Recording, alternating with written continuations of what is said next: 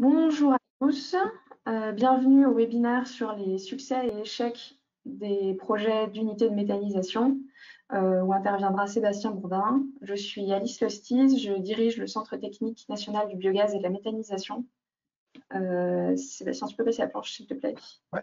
Que je vais vous présenter pour ceux qui ne me connaissent pas encore.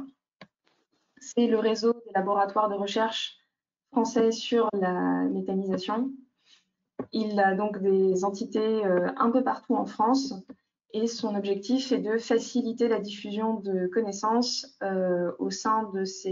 entre ces laboratoires de recherche, mais aussi vis-à-vis de toute la filière méthanisation, aussi bien les industriels que les exploitants, notamment du monde agricole. À ce titre, on organise différents types d'événements, des webinaires comme celui d'aujourd'hui, mais aussi des événements en physique ou hybride avec les dernières versions comme les journées recherche et innovation. Les prochaines sont à Lyon du 15 au 17 mars. Je vous invite vivement à vous inscrire. Il y aura le lien dans les informations que vous recevrez après ce webinaire. Et un troisième vecteur qui lui est disponible sur Internet qui s'appelle infometa.org, rédigé de façon collective par les experts de la filière méthanisation. Nous faisons partie, le CTBM fait partie du club biogaz de la T2E, qui est l'interprofession de la filière méthanisation, donc basée à la Défense et fonctionnant avec le soutien de l'ADEME depuis nos débuts en 2019. Et donc, au titre de la diffusion de connaissances, j'ai invité aujourd'hui Sébastien Bourdin, qui est professeur à l'école de management de Normandie. Tu peux passer ta planche suivante, qui travaille sur des sujets notamment de concertation territoriale et qui va nous expliquer en quoi l'analyse empirique dans le Grand Ouest peut présenter les succès et les échecs des projets d'unités de méthanisation qui parfois se passent plus ou moins bien. Sébastien, c'est à toi. Merci pour cette présentation et cette introduction. Donc oui, voilà, effectivement, je vais vous présenter aujourd'hui les résultats de deux projets de recherche que j'ai dirigés durant les 5 dernières années sur la question de la méthanisation. Alors vous allez voir, on va parler de plein de choses différentes durant ce séminaire. Et donc, globalement, d'abord, je voulais un petit peu revenir sur le contexte actuel et un petit peu les enjeux théoriques. Le premier, c'est que on a une transition énergétique qui est incontournable et liée à cette transition énergétique, quand on regarde les directives de l'Union européenne, ce que souhaite aussi Ursula von der Leyen avec son New Green Deal, eh bien, il y a la nécessité d'avoir un mix énergétique. Et puis, on voit en filigrane la question aussi de l'autonomie des territoires. La crise du Covid-19 a bien révélé le fait que les territoires européens étaient très dépendants d'autres territoires dans le monde. La crise aujourd'hui du gaz avec les relations Europe-Ukraine et Russie montre que plus que jamais la question de l'autonomie des territoires est importante. Et de ce point de vue-là, c'est vrai que la méthanisation est un enjeu primordial et un enjeu d'autonomie des territoires. Alors ça, je ne le dis pas de manière anodine en introduction, c'est parce que ça peut être des arguments que on peut donner pour favoriser ce déploiement de la méthanisation, puisqu'on utilise des ressources au niveau local pour produire de l'énergie. Le deuxième argument qu'on peut donner pour favoriser le déploiement de la méthanisation, c'est celui de la place de l'économie circulaire dans les territoires. Aujourd'hui, il y a des plans nationaux sur l'économie circulaire, des plans européens, et puis on voit de plus en plus qu'il y a des entreprises qui sont en train de modifier leur business model pour aller vers plus d'économie circulaire. Et de ce point de vue, on peut aussi dire que la méthanisation, c'est une forme d'économie circulaire, puisque les déchets des uns, les déchets notamment issus de la biomasse, vont servir de ressources pour produire des de l'énergie et de produire des nouvelles ressources qu'on va pouvoir utiliser. Et puis un truc qui est directement lié avec ce que je viens d'évoquer juste au-dessus avec l'autonomie des territoires, il y a deux grands, quand on regarde un petit peu là plus dans la littérature scientifique, il y a deux grands mouvements qui viennent s'entrecroiser aujourd'hui. C'est celui de la territorialisation des activités, donc le besoin d'ancrage territorial des activités, le besoin de faire en sorte que les activités économiques qui sont mises en place sur un territoire eh bien, soient complètement reliées au territoire. Et puis, deuxième grand enjeu, c'est celui de l'écologisation des pratiques. On le voit aujourd'hui, dans un contexte de changement climatique, il y a un vrai besoin d'aller vers une plus grande écologisation des pratiques. Alors pourquoi ça décolle pas? Ça, c'était un des buts du projet de recherche que j'ai lancé il y a 5 ans. Et je dois avouer que il y a 5 ans, quand on a lancé ce projet de recherche-là sur la méthanisation, et finalement de s'interroger sur pourquoi ça décolle pas en France, ou quelles sont les difficultés, quels sont les échecs et aussi les succès qu'ont rencontrés les porteurs de projets. Bah, on s'est vite fait retrouvé devant, on va dire, une sorte d'impasse d'un point de vue de la littérature scientifique, parce qu'il n'y avait pas grand-chose en fait sur les projets de méthanisation, mais il y avait beaucoup de choses par contre sur les projets d'éoliennes. Et donc on est allé un petit peu regarder les travaux qui avaient été faits sur les projets d'éoliennes pour voir les méthodes utilisées et puis essayer de dupliquer ces méthodes utilisées sur les questions de méthanisation. Et puis nous-mêmes, on a développé des méthodes aussi spécifiques pour analyser les projets de méthanisation. Alors, dans la littérature scientifique, et je vais revenir un petit peu sur les trois tout au long de ma présentation, on retrouve trois grands principes qui sont plus ou moins interreliés. Le premier, c'est celui de l'acceptabilité sociale. Alors, on peut y donner plein de noms. On parle d'acceptabilité sociale, mais on peut aussi parler de, de relations entre le citoyen et le projet, etc. Et donc, bah, quand on parle de méthanisation, les principaux motifs de refus de ces projets, c'est finalement le risque perçu d'explosion, le dégagement d'odeur, la hausse du trafic, et puis lié aux questions de localisation, certains citoyens peuvent dire, bien, il y a une forme d'injustice d'implantation parce que on est venu implanter l'unité juste à côté de chez moi et j'avais pas forcément envie qu'on implante une unité juste à côté de chez moi. Donc c'est ce qu'on appelle l'injustice d'implantation. Et puis aussi toutes les questions autour de la concertation, et ça je vais revenir longuement. Bien évidemment, la question de la localisation, elle est fondamentale et ça je vais aussi le développer. Et puis pour terminer, les financements dans d'autres pays, un gros levier pour justement déployer la méthanisation, ça a été de mettre de l'argent sur la table. Eh bien, et d'autres chercheurs avant moi l'ont démontré dans d'autres contextes territoriaux. Et donc l'idée, c'était aussi un petit peu d'interroger ça. Alors, avant de rentrer dans le vif du sujet, de vous présenter très rapidement les résultats de nos recherches, je voulais quand même revenir sur les cadres théoriques et conceptuels. Et je vais les expliquer de manière très simple pour essayer de comprendre comment on peut essayer d'analyser les projets de méthanisation, leurs succès ou leurs échecs. Et une première théorie qu'on peut mobiliser, c'est celle de la justice organisationnelle. Et donc, selon ce principe-là, eh bien, alors c'est utilisé en sciences de gestion beaucoup, et maintenant, aujourd'hui, cette théorie-là, elle a été, on va dire, exportée lorsqu'on parle des questions d'acceptabilité sociale, parce que ça s'y prête très bien. La justice organisationnelle, elle part de 4 principes.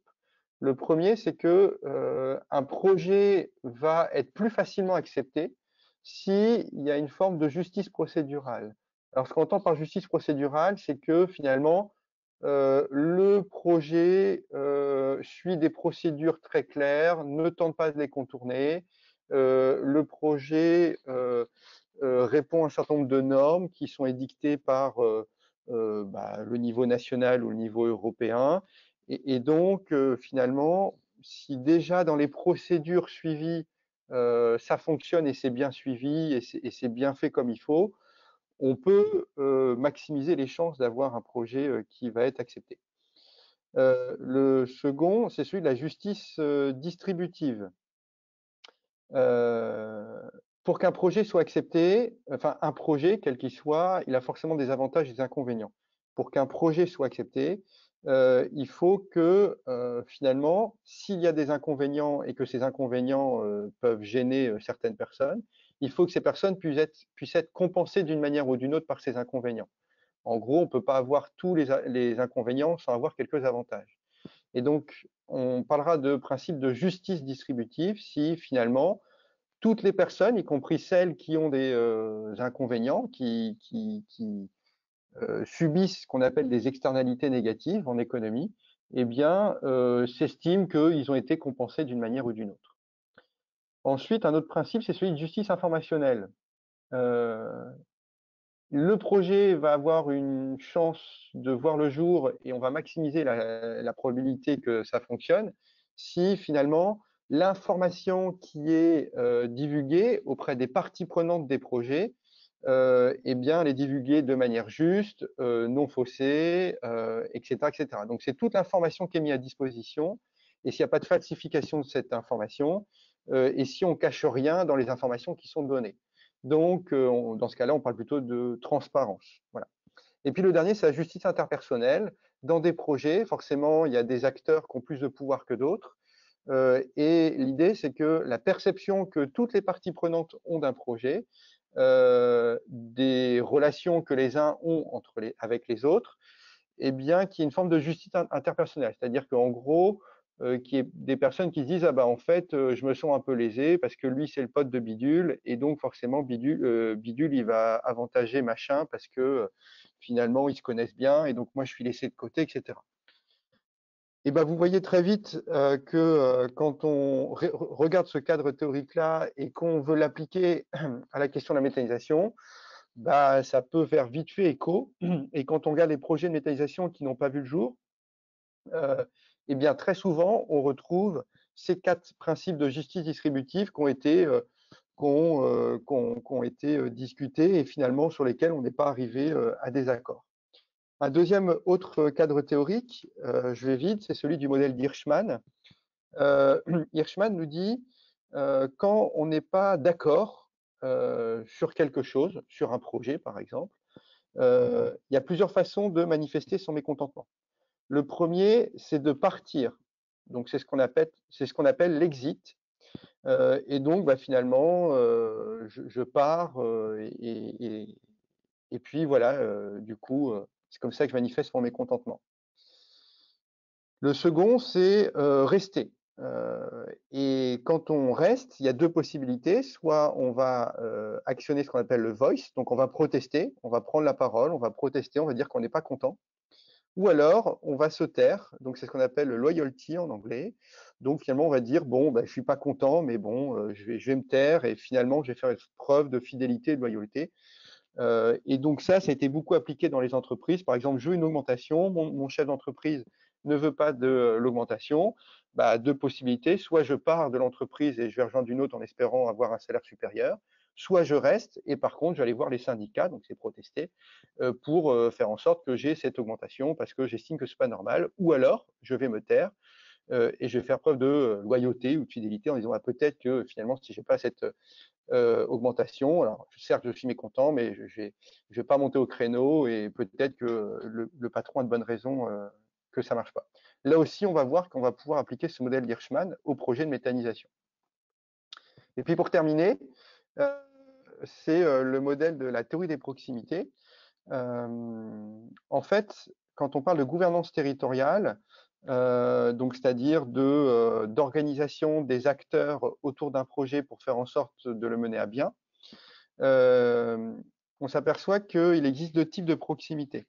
Le premier, c'est la proximité géographique. Ce que nous disent les théoriciens de la gouvernance territoriale, c'est qu'en général, les gens qui sont situés à proximité géographique bah, ont tendance à mieux collaborer entre eux que des personnes qui sont situées à l'autre bout de la planète. C'est plus difficile de collaborer avec une personne à l'autre bout de la planète qu'une personne qui est juste à côté de chez nous. Et puis, néanmoins, ce que nous dit aussi cette théorie de la gouvernance territoriale, c'est que on peut avoir deux types de proximités. Des proximités choisies. Par exemple, je vais à tout prix habiter dans ce quartier-là, donc je vais me rapprocher de ce quartier-là, donc c'est une proximité choisie. Ou une proximité subie. Je n'ai pas choisi d'habiter à côté d'un projet qui va voir le jour, et cette proximité subie peut générer forcément des ressentiments, du mécontentement, et c'est encore une fois quelque chose, une théorie qu'on peut appliquer au projet de méthanisation. Alors maintenant, il y a des cadres théoriques intégrés, ça je passe. C'est des choses qu'on a développées dans des articles scientifiques. Je pourrais y revenir dessus, mais en gros, on a essayé de proposer des nouveaux cadres théoriques pour expliquer pourquoi les projets fonctionnent ou ne fonctionnent pas. Je vais passer directement à la partie méthodologie, puis ensuite vous présenter tous les résultats qu'on a, un peu pêle-mêle, on va dire, pour travailler sur les succès et les échecs des projets méthanisation. On a utilisé différentes méthodologies, des méthodologies quantitatives avec, par exemple ici, ce qu'on appelle un modèle Logit. Donc, on va calculer la probabilité qu'un projet de méthanisation voit le jour ou ne voit pas le jour, et en fonction de différentes variables sur lesquelles je reviendrai un petit peu plus tard. Ça, c'est une première méthode possible. On a utilisé aussi des entretiens semi-directifs. Donc, on a fait une grande campagne d'entretien semi-directifs. Donc, on a fait 65 entretiens auprès de porteurs de projets, d'élus, d'agriculteurs, de riverains, d'entreprises. On a aussi complété cette campagne d'entretien par des enquêtes en porte-à-porte auprès des riverains. Donc, on a enquêté près de 500 riverains sur la période considérée. Et puis, avec toutes ces méthodes-là, on a fait aussi des focus group. Donc, on s'est rendu dans des réunions de concertation publique. Et donc, on faisait ce qu'on appelle de l'observation participante. Donc, on regardait comment les différents acteurs du projet prenaient la parole, s'organisaient, se confrontaient, collaboraient pour essayer de mettre en place les projets. Je viens tout de suite aux résultats. C'est le plus important et c'est le plus stimulant. Une première étape d'abord pour nous, ça a été d'identifier les questions qui se posent sur les projets méthanisation. Je vous rappelle que 6 ou 7 ans en arrière, quand on a commencé à débuter ces recherches-là, il n'y avait pas beaucoup de choses sur la méthanisation. Et donc, du coup, il a fallu un petit peu se renseigner sur ce que disait et ce qu'on pouvait dire de la méthanisation. Et pour ça, on a collecté près de 500 articles de presse dans la presse quotidienne régionale et on a fait ce qu'on appelle une analyse lexicométrique. Donc, en fait, on a réussi à catégoriser les différents discours qu'on pouvait tenir dans la presse quotidienne régionale sur la méthanisation. Et donc, on s'aperçoit qu'on a des discours qui sont plutôt favorables ou des discours qui sont plutôt défavorables. Et ce qui ressort souvent, en fait, dans les discours tenus dans la presse quotidienne régionale, c'est plutôt des discours qui font référence au côté procédural. Donc, on parle d'enquête publique, etc. Donc, ça, c'est très important dans les projets méthanisation. Et puis, dans les articles de presse, on fait aussi souvent référence aux risques et aux nuisances possibles. Et là, par exemple, on a regardé ce qu'on appelle la co-occurrence de mots. Donc, vous voyez le mot nuisance. Et plus le lien il est faible avec le mot, et plus donc la relation est proche. Et donc, on voit souvent que dans les nuisances, avec le mot nuisance est souvent associé le mot olfactif, odeur, mais aussi le risque bruit, pollution, trafic, camion, et jusqu'à aller à la question de l'immobilier, voire de l'incendie. Alors, un premier élément, c'est qu'on a analysé la gouvernance territoriale des projets. Donc, on a analysé 7 projets, 3 qui ont fonctionné et 4 qui ont échoué. Ici, c'est le projet Biogaz de Gaillon, donc qui a fonctionné. Et donc, on a analysé les relations qu'entretenaient les différents parties prenantes du projet, que ce soit les collectivités territoriales, les agriculteurs, des entreprises, des autorités régionales, des associations, en particulier des associations de riverains, mais pas seulement aussi, hein, des associations d'élus, etc. Et puis, on essaie de regarder comment s'organiser et à quelles échelles s'organiser les différents acteurs du territoire. Et lorsqu'on analyse ça, on peut aussi faire ce qu'on appelle des traitements quantitatifs. Donc là, par exemple, sur la slide suivante, on a pris un projet, on a interviewé une vingtaine de personnes et on leur a demandé quelles étaient les relations qu'ils entretenaient entre elles. Et ça, on l'a fait à différentes périodes du projet.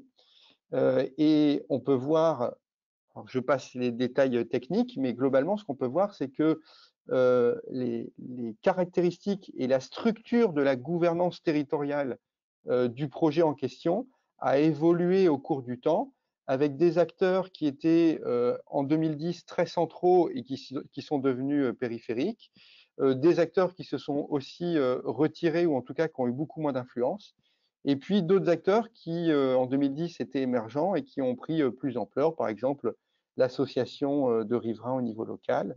On peut aussi analyser, ce qui est intéressant, c'est de voir quels sont les acteurs qui essayent de jouer ce qu'on appelle les rôles d'acteurs intermédiaires, c'est-à-dire qu'ils essayent de faire les intermédiaires entre les différentes parties prenantes du projet.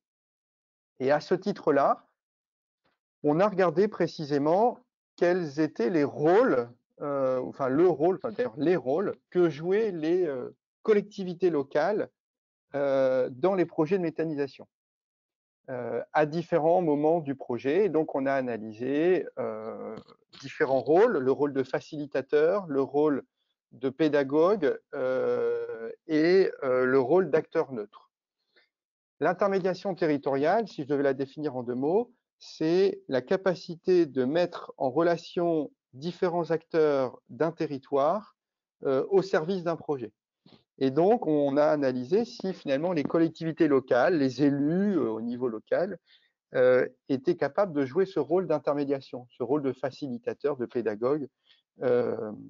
Donc, sur les projets de méthanisation, on a identifié différentes étapes des projets et on a essayé de regarder quel type d'intervention les collectivités locales jouaient et à quel moment elles intervenaient dans les projets de méthanisation.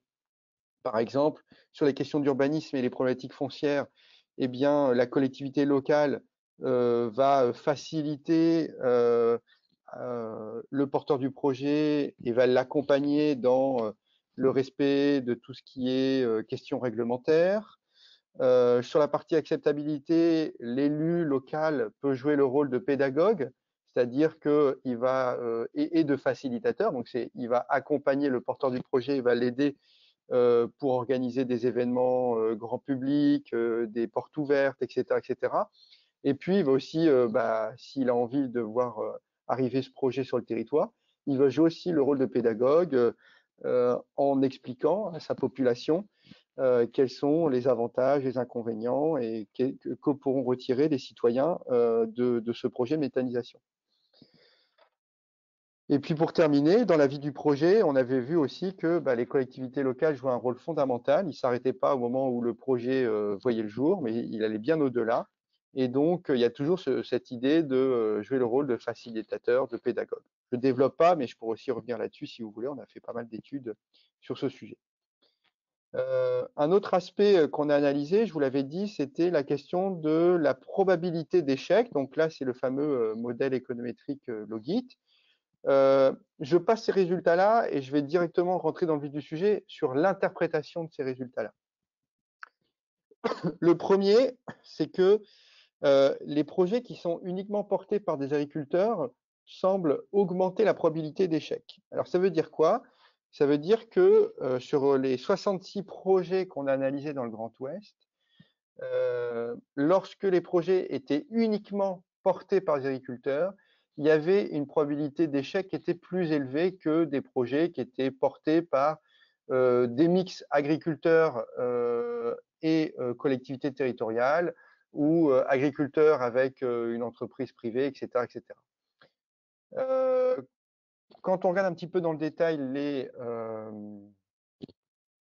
entretiens semi-directifs qu'on a fait auprès des agriculteurs, on s'aperçoit que un des principaux motifs qui peut notamment expliquer le fait que ces projets qui sont portés par les agriculteurs sont ne voient pas forcément le jour ou subissent des difficultés. Un premier élément, c'est celui de la lourdeur administrative. En fait, la lourdeur administrative et puis ces questions de démarche de concertation. Les agriculteurs, c'est les agriculteurs, c'est leur métier et du coup, c'est difficile de demander à un agriculteur de devenir du jour au lendemain un spécialiste de la concertation, de devenir un spécialiste des autorisations ICPE, etc., etc. Et donc, à travers ce projet, dans les recommandations managériales et les recommandations politiques, bien évidemment, on ne peut que recommander au regard des entretiens qu'on a faits et puis de ce premier résultat sur la partie économétrique, d'accompagner de manière très importante ces agriculteurs, ces porteurs de projets. Et donc là, de ce point de vue, les chambres d'agriculture jouent un rôle fondamental. Et dans les projets qui ont vu le jour, hein, il y a aussi des projets qui étaient uniquement portés par les agriculteurs. Et dans ces projets-là, la chambre d'agriculture avait joué un rôle fondamental. Les agriculteurs, ils sont aussi confrontés, c'est le dernier point, l'agriculture versus néo-ruraux. Les agriculteurs sont confrontés par ailleurs à des urbains qui viennent s'installer en milieu rural, qui connaissent pas les codes particulièrement de la campagne, qui se plaignent du coq qui chante le dimanche, qui se plaignent qu'il y a de la boue sur la route, etc., etc. Donc, les agriculteurs peuvent parfois déjà être confrontés en fait à des néo-ruraux, et du coup, ce projet de méthanisation, c'est en gros la goutte qui vient faire déborder le vase pour ces néo-ruraux qui comprennent pas le projet, etc., etc. Et donc, quand on a mené des entretiens auprès de ces néo-ruraux-là, on s'aperçoit qu'il y avait aussi parfois des décalages de compréhension sur le projet, la vocation des projets, l'intérêt que les agriculteurs ont à porter ce type de projet, hein, pour assurer des revenus complémentaires, pour améliorer la rentabilité de leur ferme, pour améliorer l'autonomie énergétique de leur ferme. Donc voilà, tout ça, c'est des éléments qui sont mis dans la balance, mais pas forcément entendus par les habitants qui peuvent être contre. Un autre problème fondamental qu'on a largement mis en évidence, c'est celui du manque d'anticipation et de dialogue initial. Quand on regarde les entretiens et quand on s'entretient avec les porteurs de projets, ils me disent: «Oui, oui, on a fait ça dans les règles, etc., etc.» Sauf que dans la plupart du temps, ils ont fait ça dans les règles imposées par la réglementation qui nous dit qu'il faut faire de la concertation à 3 mois plus, enfin à M+3 après le début du dépôt de, etc., etc., etc. Donc ils suivent précisément ces règles-là, mais peut-être que c'est déjà trop tard. Et ce qu'on s'aperçoit dans les réunions publiques auxquelles on a participé, c'est que finalement, on invite des personnes, on invite les habitants dans des réunions publiques en leur disant: «On vient faire la concertation avec vous», mais en fait, on leur propose déjà un projet clé en main qui est déjà tout ficelé. Et donc, il y a un sentiment pour ces personnes-là de dire: à quoi bon venir si en fait on nous présente un projet qui est déjà ficelé, on nous dit qu'il va être implanté là, et cetera, et cetera. Et là, finalement, les réunions publiques ne servent pas à grand-chose si ce n'est faire monter le mécontentement et le ressentiment des personnes qui se disent: «Finalement, on va pas pouvoir faire bouger les lignes du projet». Donc, la question de l'anticipation et du dialogue initial avant tout dépôt de projet de quoi que ce soit, pour mettre en évidence le fait que ce projet est nécessaire pour le territoire, qu'on va le mettre en place ensemble, et cetera, c'est un facteur de succès. Et là, on a quelques exemples en Bretagne notamment, qui ont bien fonctionné, où finalement le projet, il a émergé des acteurs du territoire, mais il a émergé dès le départ et il y a eu vraiment un dialogue initial qui a été mis en place. Et puis, forcément, on a un manque de confiance et des craintes accentuées par ces projets quand finalement on s'aperçoit que les dés sont pipés ou tout est joué déjà d'avance. Cette opposition des riverains, on a souvent dit et on a souvent reproché aux riverains en disant c'est le fameux NIMBY, c'est un Not in my backyard. On a souvent dit: «Bon, les riverains, ils sont bien contents, mais enfin, ils sont bien gentils, les riverains, mais il faut bien mettre le projet quelque part». Et donc, en fait, ils sont un petit peu égoïstes parce qu'il faut bien mettre les projets quelque part. C'est le fameux NIMBYisme, hein, sur les projets d'éoliennes, on a souvent vu ça aussi. Donc, on montre du doigt les riverains en leur disant vous êtes un peu égoïste et il faut un peu penser à la communauté, etc., etc. Bon, dans les faits, et au regard de notre analyse auprès des riverains, des porteurs de projets, etc., on s'aperçoit que c'est pas seulement ça, et finalement, il faut essayer d'aller au-delà de la logique NIMBYiste pour essayer de bien comprendre précisément pourquoi les riverains ne veulent pas de ces projets-là. Et quand on va au-delà de l'explication simpliste NIMBYiste, ben on s'aperçoit qu'il y a des problèmes de justice organisationnelle, donc de justice procédurale, de justice redistributive, de justice interpersonnelle, etc., etc. Et que si tous ces principes-là avaient été pris en amont tout au long du processus de concertation, etc., peut-être que finalement on n'aurait pas eu ce NIMBYisme-là, enfin en tout cas cette question du NIMBYisme.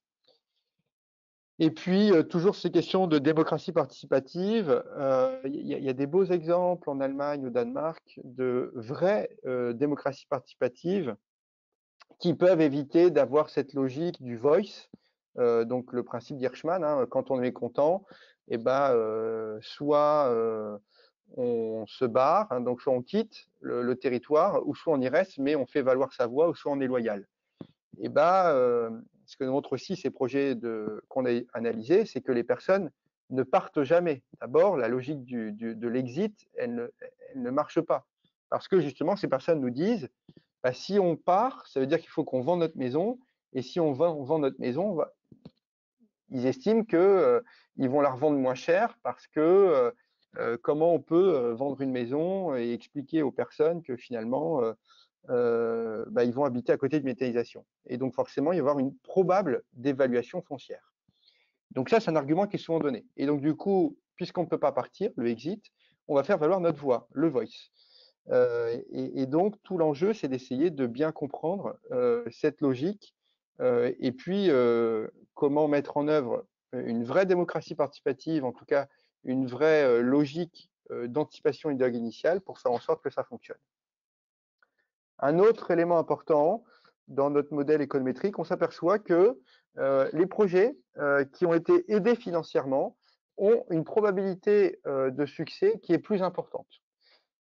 Alors ça peut s'expliquer assez facilement parce que, alors notamment l'ADEME qui a financé beaucoup de projets de méthanisation, ces projets-là ont une tendance à avoir une probabilité de succès qui est plus importante parce que l'ADEME, dans son cahier des charges pour obtenir un financement, exige un certain nombre de choses en termes de dialogue, en termes de contraintes techniques, etc. Et donc, on peut peut-être estimer que ça peut expliquer pourquoi ces projets ont tendance à mieux fonctionner.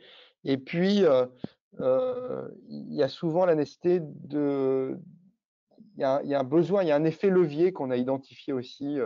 Et donc, de mon point de vue, enfin de notre point de vue, hein, les chercheurs en économie et qui ont travaillé sur cette partie-là, ils estiment vraiment que l'aide financière à ces projets-là, elle est vraiment indispensable pour avoir un vrai effet levier.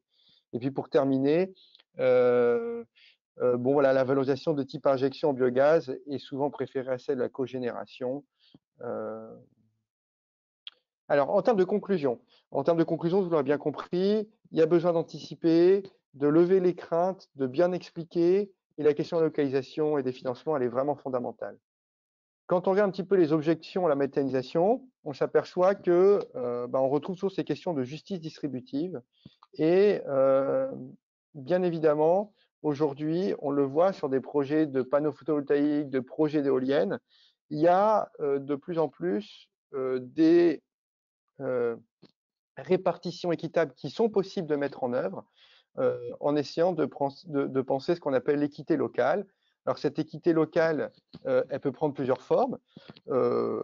Ça peut être des baisses en termes de fiscalité locale pour les personnes qui habiteraient à proximité immédiate de ces unités. Ça peut être des baisses de coûts d'achat d'électricité pour les citoyens au niveau local. Donc ça nécessite de mettre en place des structures au niveau local sur l'achat et la revente d'électricité qui vient de la méthanisation, éventuellement des dédommagements directs auprès des propriétaires.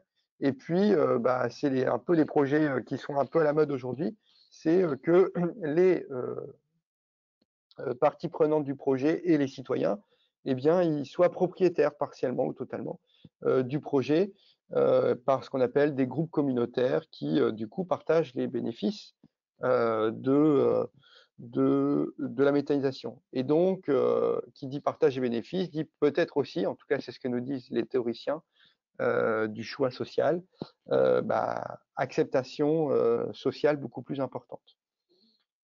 Et puis, bien évidemment, la loi va évoluer, les lois évoluent, mais il y a toutes ces questions de localisation et de nécessité probablement de revoir aussi ces lois pour mieux accompagner les porteurs de projets pour avoir des installations qui soient mieux, en tout cas localisées différemment.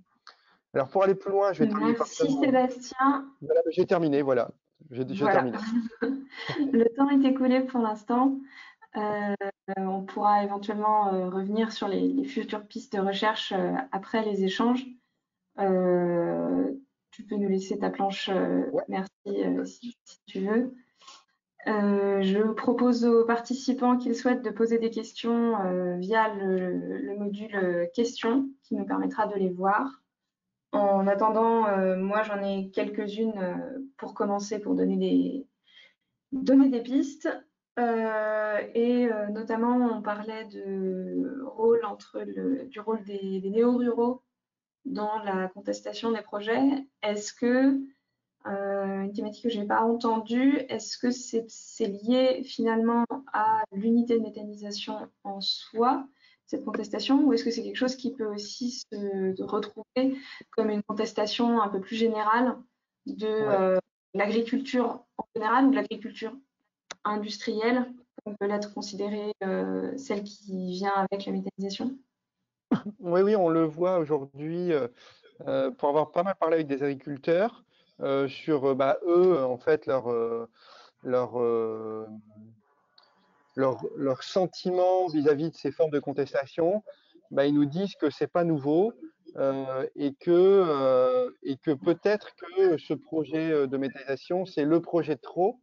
Mais que par ailleurs, il y avait déjà une forme de contestation latente, soit qui s'était déjà manifestée avec des recours devant les tribunaux administratifs pour faire interdire tel ou tel truc, etc., auprès d'agriculteurs, etc. Ou bien tout simplement des agriculteurs qui nous disent voilà, peut-être que le projet d'utilisation, c'est un alibi pour dénoncer de manière plus générale le fait que l'agriculteur, c'est plus un agriculteur, mais ça devient un agro-énergéticien, que tout est gros et qu'ils veulent le retour du local et du micro, etc., etc.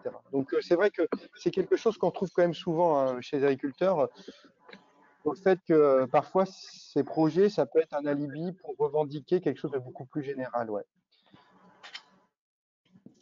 Ok, merci pour cette réponse. Je ne vois pas encore de questions dans l'onglet questions ni dans le chat. N'hésitez pas, vraiment, je vais continuer avec les miennes en attendant. Par rapport aux craintes de nuisance dont tu as parlé, est-ce qu'on a des éléments sur l'effet sur l'immobilier? C'est une crainte fréquente, mais est-ce que ça a été effectivement constaté? Et justement, là actuellement, ça faisait partie des pistes justement qu'on va explorer. À ce jour, il n'y a que un article scientifique dans Le Monde qui a été publié sur la question de la dévaluation immobilière et du lien avec les projets de méthanisation. Il a été publié au Danemark. Or, les tailles des unités de méthanisation au Danemark, les relations que les populations ont avec la transition énergétique au Danemark ne sont pas les mêmes qu'en France. Et donc justement, là aujourd'hui, j'ai un doctorant qui a une thèse qui est cofinancée par l'ADEME et Engie. Et l'idée, c'est que on se serve d'une grosse enquête qu'on a réalisée auprès des riverains et puis aussi une grosse base de données qu'on a collectée mais qui est maintenant open data, donc ça facilite les choses, pour analyser si finalement on a une dévaluation immobilière qui serait liée à l'implantation d'une unité de méthanisation. Alors, juste très très rapidement, ce qu'on va faire, c'est qu'on va utiliser les méthodes qu'on utilise en médecine, ce qu'on appelle les méthodes contrefactuelles. On donne alors, en médecine, on donne un cachet qui a le vrai effet et puis un cachet placebo, et on regarde si finalement la personne qui a reçu le cachet a une amélioration de sa santé, et donc on va estimer, ce qu'on appelle méthode contrefactuelle, que bah, le cachet fonctionne.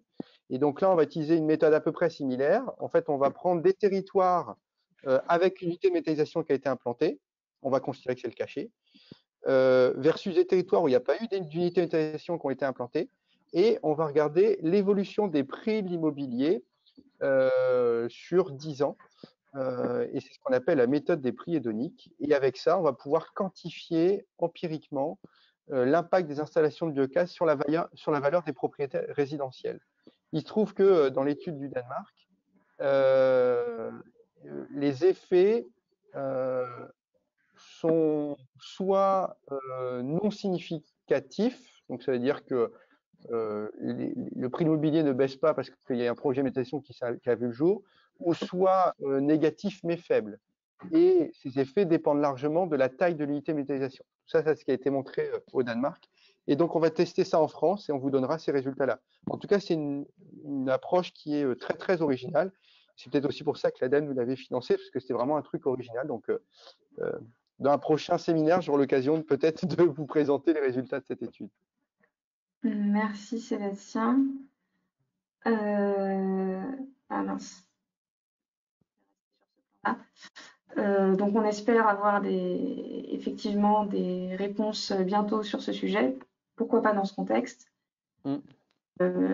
J'ai une question qui est posée dans le chat, ce qui porte plus sur des impacts environnementaux. Donc, je ne sais Oui. pas s'il y aura des éléments dessus, notamment sur la biodiversité et sur la réduction des gaz à effet de serre d'origine agricole.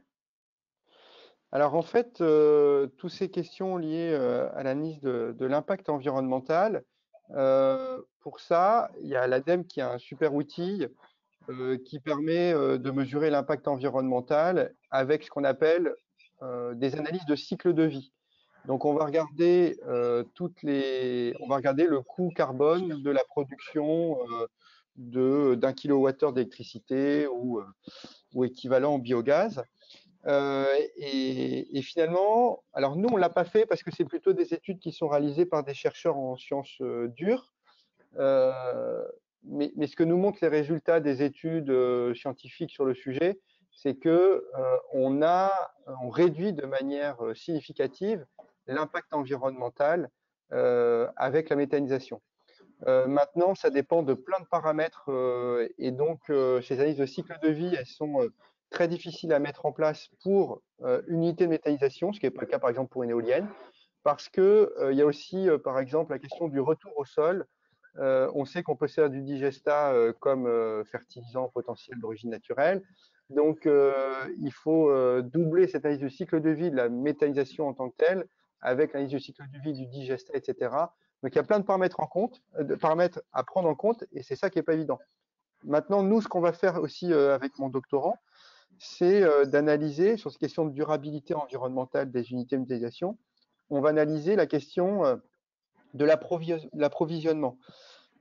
Parce que est-ce que c'est encore durable et encore écologiquement d'un point de vue émission carbone viable d'aller chercher des biodéchets pour mettre dans le méthaniseur qui sont situés à 100-150 km de l'unité de méthanisation. Et donc on va essayer de calculer quelle est la distance optimale au-delà de laquelle il n'est plus raisonnable d'aller chercher des déchets parce que d'un point de vue environnemental, le coût carbone serait supérieur à la production de l'énergie. Donc ça, c'est des choses qu'on a un petit peu en tête et on va développer un petit peu des méthodes pour analyser ça. Ouais. Vous avez une idée du type de méthode ou pas encore? Oui, alors, ça a été fait par exemple sur les circuits courts alimentaires. En fait, pour les circuits courts alimentaires, ils ont calculé ce qu'on appelle le food miles. Donc, c'est ce fameux modèle d'optimisation du périmètre idéal, c'est-à-dire à partir de quand ça sert plus. Enfin, on peut encore parler de circuits courts alimentaires. Et donc, on utiliserait cette méthode-là et on l'appliquerait à la méthanisation. et ça nous permettrait effectivement de pouvoir, on appellerait ça waste miles, du coup green waste miles ou ouais, biomasse miles, pour essayer de regarder et de déterminer des périmètres idéaux de mobilisation des ressources. D'accord. Il y avait une autre question que je me posais, c'est que tu as parlé de l'accompagnement des chambres d'agriculture pour les Oui, porteurs de projets, mais du coup, comment se matérialise cet accompagnement et en quoi il aide à la réussite? alors du coup, il y a plusieurs modèles. En fait, il y a plusieurs modèles. Il y a des chambres d'agriculture régionales qui vont davantage accompagner sur les questions d'ordre technique, sur la mobilisation des ressources, de quel type de culture, et puis quel type de déchets issus de l'agriculture, etc. Donc plutôt technique globalement. Et puis des chambres départementales qui parfois font de l'accompagnement, proposent des prestations d'accompagnement plus sur la question du dialogue avec la communauté locale. Et je pense à la chambre d'agriculture de l'Orne, de la Manche, pardon, qui fait un gros travail justement sur les questions de concertation au niveau local et qui a permis d'accompagner des porteurs de projets là-bas. Donc, il y a des accompagnements vraiment de différents ordres, mais en tout cas, leur rôle, il est vraiment, vraiment fondamental. Parce que eux aussi, ils ont une très bonne connaissance des sujets. Il y a des groupes nationaux avec des experts méthanisation, à la fois techniques et plus acceptabilité sociale, dans les champs d'agriculture. Donc, ça leur permet aussi d'échanger sur les bonnes pratiques. Et je sais qu'ils mettent en place souvent des choses qui ont été faites ailleurs et qui fonctionnent bien. Donc, ouais, ils jouent vraiment un rôle fondamental. Ouais. D'accord. Ils assurent aussi quelques formations Oui. des agriculteurs. C'est aujourd'hui un des principaux acteurs de la formation continue des agriculteurs, en tout cas sur les sujets liés à la méthanisation. Dans les structures, bah voilà, on a parlé des chambres d'agriculture, on a parlé des collectivités territoriales. Est-ce qu'il y a des échelles de collectivités territoriales qui sont plus actives que d'autres?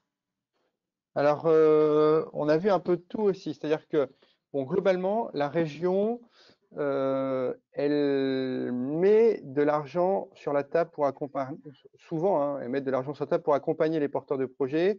Elle donne aussi le cap avec le plan climat-énergie territorial ou régional, etc. Donc, elle donne globalement le cap.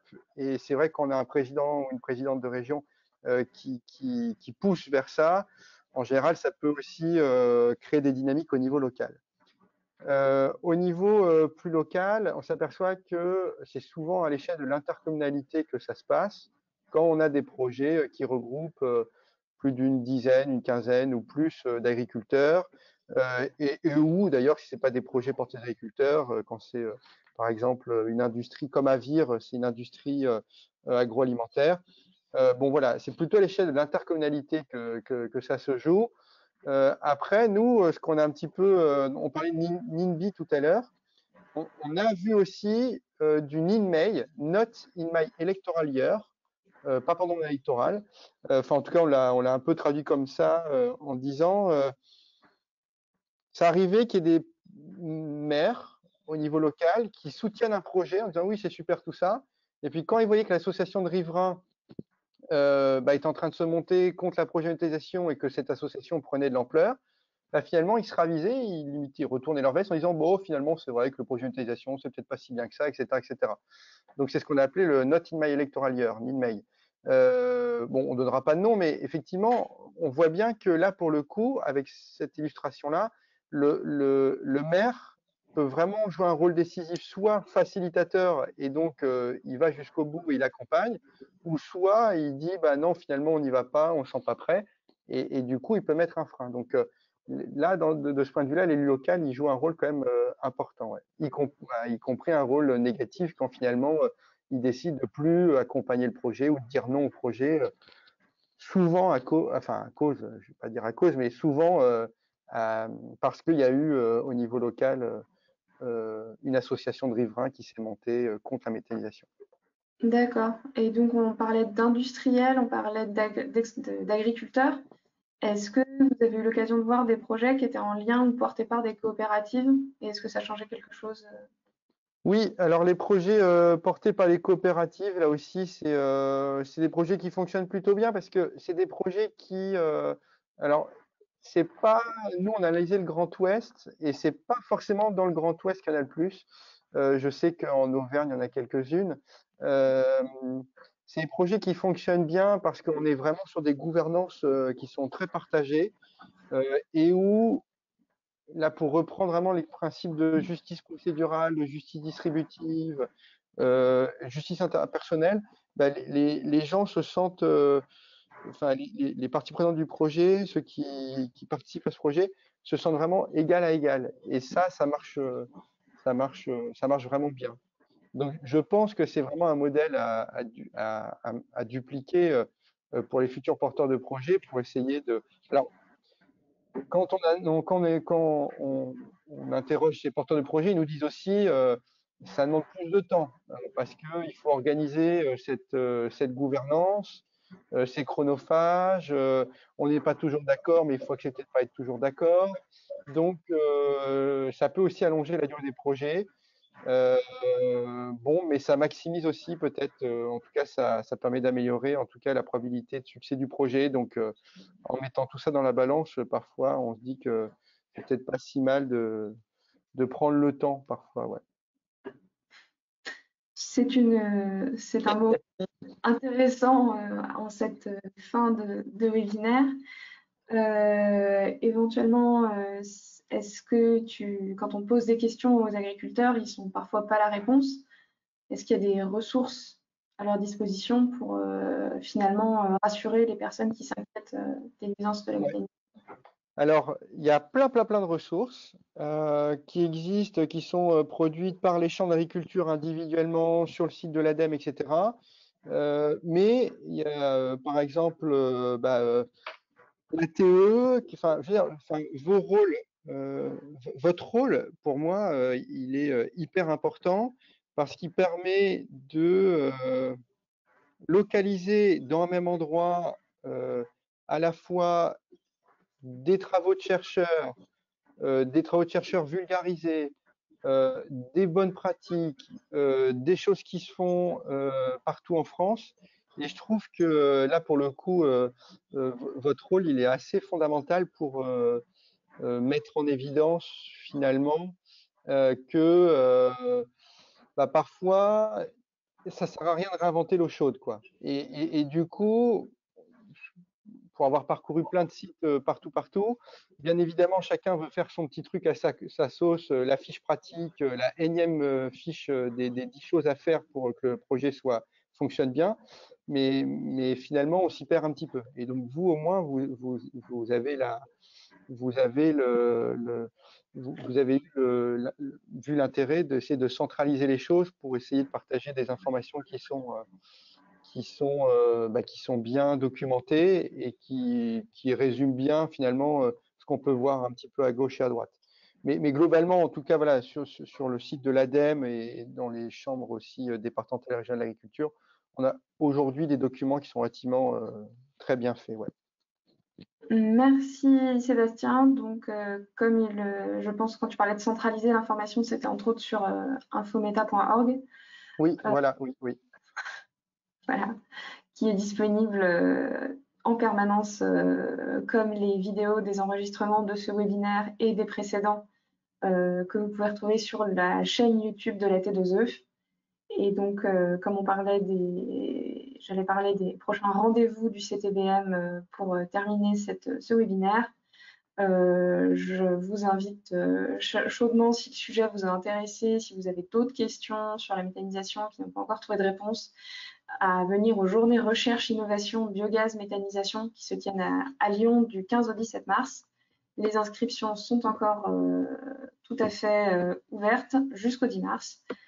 Et vous pouvez par ailleurs noter la date du prochain webinaire qui se tiendra le 7 avril avec le consortium Récital qui travaille sur la condition de durabilité des cives si vous voulez recevoir les informations d'inscription pour ce prochain webinaire, je vous invite à cliquer, que vous acceptez de recevoir nos informations sur le mail qui vous sera envoyé à la fin, après ce webinaire, avec le lien vers les supports de présentation et l'enregistrement du webinaire.